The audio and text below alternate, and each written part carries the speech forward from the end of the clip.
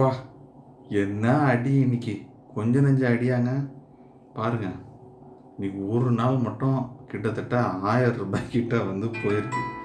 நான் இது வரைக்கும் மொத்தமாக ஷேரில் வந்து சம்பாதிச்சதே பார்த்தீங்கன்னா வெறும் ஒரு 1150 தான். இன்றைக்கி ஒரு நாள் மட்டும் குறைஞ்சிருக்கு. ஆனால் வந்து நல்லா புரிஞ்சுக்கங்க, குறைஞ்சிருக்கே தவிர நான் இன்னும் சேல் பண்ணல எதையும். ஓகேங்களா?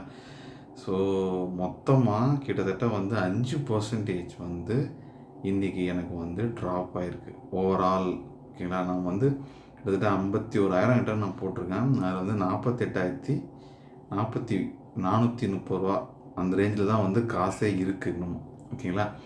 இன்றைக்கி பயங்கரம், கொடூரம். நான் எதிர்பார்க்கவே இல்லை இவ்வளோலாம் போகும்னு சொல்லிட்டு. நான் எடுத்த ஒரே ஒரு தவறான முடிவு என்னன்னு பார்த்தீங்கன்னா ஒரே ஸ்டாக்கில் நான் எதையுமே இன்வெஸ்ட் பண்ணக்கூடாது அப்படின்னு சொல்லி நான் சொல்லியிருந்தேன்.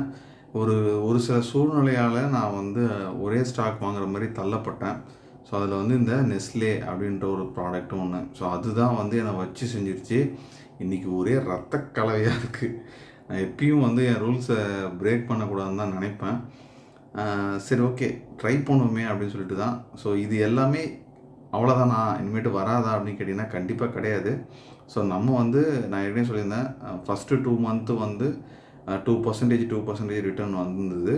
ஸோ இதுக்கப்புறம் வந்து பர்சன்டேஜை நம்ம அதிகப்படுத்தணும், ரொம்ப நாள் வந்து ஷேர் மார்க்கெட்டில் இருக்கணும் அப்படின்னு நம்ம டார்கெட் வச்சுருந்தோம். ஸோ ஒரு வருஷம் நம்ம வெயிட் பண்ணி பார்க்கணும். ஸோ அதுக்கப்புறம் எவ்வளோ ரிட்டர்ன்ஸ் வருதுன்னு பார்ப்போம் அப்படின்னு சொல்லி தான் கொடுத்துருக்கோம். பிகாஸ் ஆஃப் எலெக்ஷன் இப்போ நடந்துட்டு இருக்கிறதுனால நம்மளோட போர்ட்ஃபோலியோ வந்து பார்த்திங்கன்னா ஃபுல் ரெட்டில் இருக்குது. இதில் ஒரே நல்ல விஷயம் என்னென்னா, இந்த இடிஎஃப்பில் ஒரு சிலது நம்ம வந்து பிளான் பண்ணி பண்ணியிருந்தோம். ஸோ அதெல்லாம் மட்டும்தான் வந்து கொஞ்சம் பரவாயில்ல அப்படின்ற அளவுக்கு இருக்குது. மற்றபடி எல்லாமே வந்து நம்மளை ஸ்டாக் எல்லாமே பார்த்திங்கன்னா தாறுமாறாக குறைஞ்சிருக்கு. ஸோ அஸ் அ ஃப்ரெஷராக ஒரு 3 மந்த்துக்கு முன்னாடி நான் ஆரம்பிச்சிருந்தேன். என் கூட சேர்ந்து நீங்களும் நிறைய பேர் ஆரம்பிச்சிருப்பீங்க. நம்ம குரூப்பில் நிறைய பேர் நம்ம வீடியோவை பார்த்துட்ருக்கீங்க. ஸோ என்னை பொறுத்த வரைக்கும் நம்ம வந்து இடிஎஃப்பில் போகிறது சாலச் சிறந்தது. பெரிய அளவில் வந்து இடிஎஃப் இன்னுமே டவுன் ஆகலை. பட் இடிஎஃப்பும் டவுன் ஆகிருக்கு அப்படின்றது தான் உண்மை. ஸோ எனக்கு வந்து கோல்டு வந்து கை கொடுக்கும்னு நினச்சேன். அண்ட் இப்போது இன்றைக்கி சில்வர்லேயே கொஞ்சம் ஒரு ₹1500 நான் வந்து இன்வெஸ்ட் பண்ணியிருக்கேன். ஸோ சூன் சில்வர்லேயும் வந்து நல்ல ரிட்டர்ன்ஸ் இருக்கும் அப்படின்னு நம்புகிறேன். இன்றைக்கி ஒரு நாள் ஏதோ ஒரு சூழ்நிலை, அதாவது இந்த எலெக்ஷனால் வந்த சூழ்நிலையை மட்டும் கன்சிடர் பண்ணி ஷேர் மார்க்கெட்டில் லாஸ் வரும் அப்படின்னு நினச்சிக்கணும். அந்த இப்போ எனக்கு இருக்கிறது எல்லாமே வந்து லாஸஸ் கிடையாது. நான் போட்ட அமௌண்ட் வந்து ஏறும் இறங்கும். இன்றைக்கி இறங்கியிருக்கு. ஷுவராக இந்த 5% ஏறும்னு எனக்கு நம்பிக்கை இருக்குது. வெயிட் பண்ணி பார்க்கணும் எவ்வளோ நாள் ஆகுதுன்னு சொல்லிட்டு. ஸோ 1 இயரில் இந்த 5000 ஒரு நாளில் இறங்கினா இந்த 2500 இன்னும் வந்து எலெக்ஷன் ரிசல்ட் வரதுக்கு கிட்டத்தட்ட வந்து ஒரு 5 டேஸ் கிட்ட இருக்குது. ஸோ பார்ப்போம். ஆனால் நெக்ஸ்ட் டைம் ஒரு எலெக்ஷன் வருது அப்படின்னா டெஃபினட்டாக நான் போட்டது எல்லாத்தையும் பாசிட்டிவில் இருக்கிறதோ நெகட்டிவ் இருக்கிறதோ முதல்ல காசை எடுத்துருவேன். டெஃபினட்டாக நான் வந்து எலெக்ஷன் ரிசல்ட்ஸ் வர வரைக்கும் நான் வந்து இறங்குற வரைக்கும் நான் எந்த இன்வெஸ்ட்மெண்ட்டும் பண்ணக்கூடாது அப்படின்ற ஒரு பிளானில் தான் இருக்கேன். ஸோ அனுபவமே ஆசான் அப்படின்னு சொல்லுவாங்க. ஸோ என்னோடய அனுபவம் பொறுத்த வரைக்கும் இதுக்கப்புறம் ஒரு நல்ல ஒரு ஃபால் இருந்தால் மட்டுமே இன்வெஸ்ட் பண்ணணும். அண்டு இப்போ வந்து 5% இருக்குது. நிஃப்டிலையுமே பார்த்தீங்கன்னா இன்றைக்கி பார்த்தீங்கன்னா கிட்டத்தட்ட வந்து 1% கிட்ட வந்து ட்ராப் ஆகிருக்கு. ஓகேங்களா?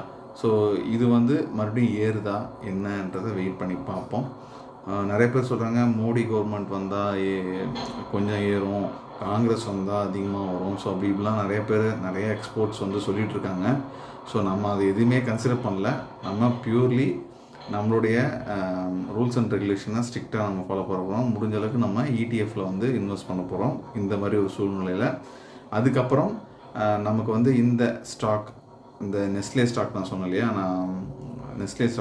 நம்ம அதிகமாக இன்வெஸ்ட் பண்ணது. ஸோ இதில் நம்ம அதிகமாக இன்வெஸ்ட் பண்ணி ஒரே ஸ்டாக்லேயே அதிகமாக இன்வெஸ்ட் பண்ணி லாக் ஆகிட்டோம்.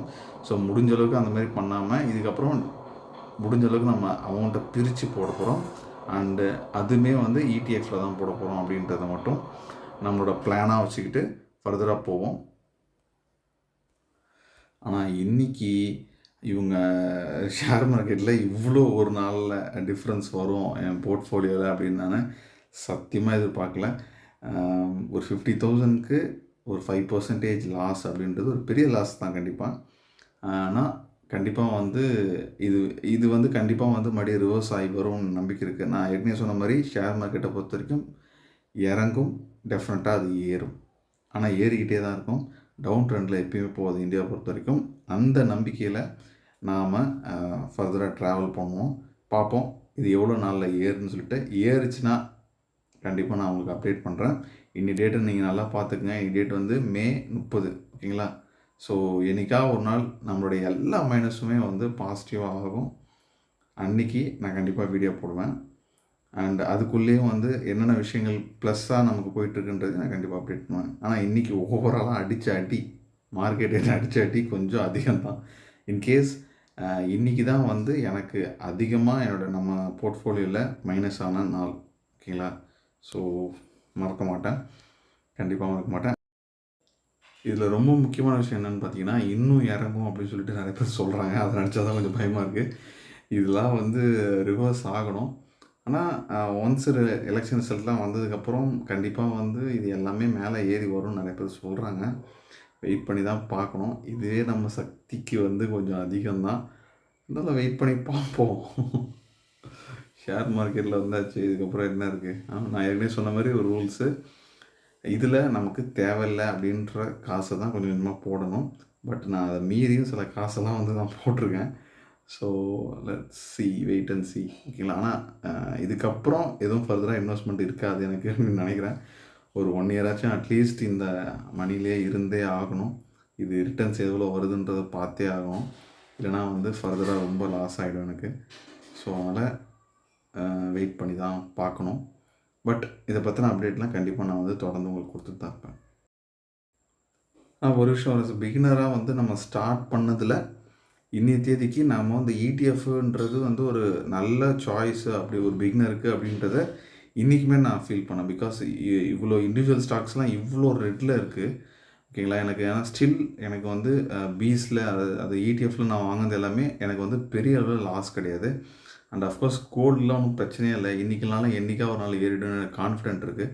ஸோ அதனால் அதை பற்றி நான் ஒரி பண்ண வேணாம். ஸோ எவ்வளோக்கு எவ்வளோ குறையுதோ நம்ம வந்து முடிஞ்சதுக்கு அக்குமுலேட் பண்ணோம். ஸோ இப்போதைக்கு என்னால் என்னோட இன்வெஸ்ட்மெண்ட் பண்ண முடியாதுன்றதுனால நான் அப்படியே ஹோல்ட் பண்ணி வச்சுருக்கேன். கண்டிப்பாக இந்த மைனஸ் எல்லாமே ஒரு நாளைக்கு கம்பேக் ஆகும் அப்படின்றதும் கண்டிப்பாக நடக்கும். அண்ட் நான் இன்வெஸ்ட் பண்ணது எல்லாமே வந்து லாங் டேர்மில் 1 இயர் அண்ட் 2 இயர்ஸ்லாம் வெயிட் பண்ணி பார்க்கணும் அப்படின்னு சொல்லி தான் நம்ம இன்வெஸ்ட் பண்ணியிருக்கோம். ஸோ வந்து இன்றைய தேதிக்கு நம்ம போர்ட்ஃபோலியோ மைனஸில் இருந்தாலும் கண்டிப்பாக வரும் அப்படின்னு நான் நம்புகிறேன். அண்டு நிறைய இடங்களில் வந்து நான் வந்து வெளியே வந்துருக்கணும். ஸோ வரலை. அண்ட் நிறைய இடத்துல ரூல்ஸை மீறி நான் பண்ணியிருக்கேன். ஸோ தப்பு. ஃப்யூச்சரில் முடிஞ்சளவுக்கு ரூல்ஸ் ஃபாலோ பண்ணி நான் பண்ணணும் அப்படின்னு நான் நினைக்கிறேன்.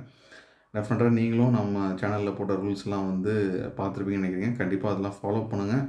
அண்டு உங்களுக்கு ஒரு ஓன் செட் ஆஃப் ரூல்ஸ் வச்சுருங்க. உங்கள் எக்ஸ்பீரியன்ஸை நீங்கள் ஷேர் பண்ணுங்கள் மற்றவங்களோட கமெண்ட் செக்ஷனில். இந்த மாதிரி டைமில் நீங்கள் பெட்டர் இதில் இன்வெஸ்ட் பண்ணாமல் இருக்கிறது அப்படின்னு நிறைய பேர் சொல்லிட்டுருக்காங்க.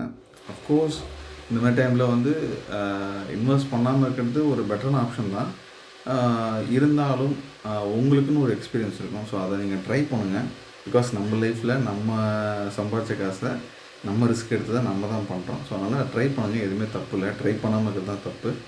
அண்டு கண்டிப்பாக வந்து என்னோடய எக்ஸ்பீரியன்ஸ் உங்களுக்கு யூஸ்ஃபுல்லாக இருக்கும்னு நினைக்கிறேன். உங்களுக்கு என் எக்ஸ்பீரியன்ஸ் எப்படி யூஸ்ஃபுல்லாக இருக்குன்றதை நீங்கள் கமெண்ட் செக்ஷனில் சொல்லுங்கள். அண்டு நீங்கள் வந்து உங்களோட போர்ட்ஃபோலியோ எப்படி இருக்குன்றதை பற்றியும் அண்டு உங்களுக்கு ஏதாவது இதில் ஐடியாஸ் இருந்தால் கூட நீங்கள் தாராளமாக ஷேர் பண்ணலாம். கண்டிப்பாக உங்களை ஒரு இன்டர்வியூ மாதிரியோ உங்களோட ஐடியாஸை கூட நம்ம சேனலில் ஷேர் பண்ணுறதுக்கு ரெடியாக தான் இருக்கும். ஸோ நம்ம சப்ஸ்கிரைபருடைய ஐடியாஸுமே கண்டிப்பாக நம்ம ஷேர் பண்ணுறதுக்கு ரெடியாக தான் இருக்கும். ஸோ தொடர்ந்து சேனலை சப்போர்ட் பண்ணுங்கள் அண்ட் லைக் பண்ணுங்கள். தேங்க்யூ. சப்போர்ட் பண்ணுங்கன்னு நினைக்கிறேன். தேங்க்யூ.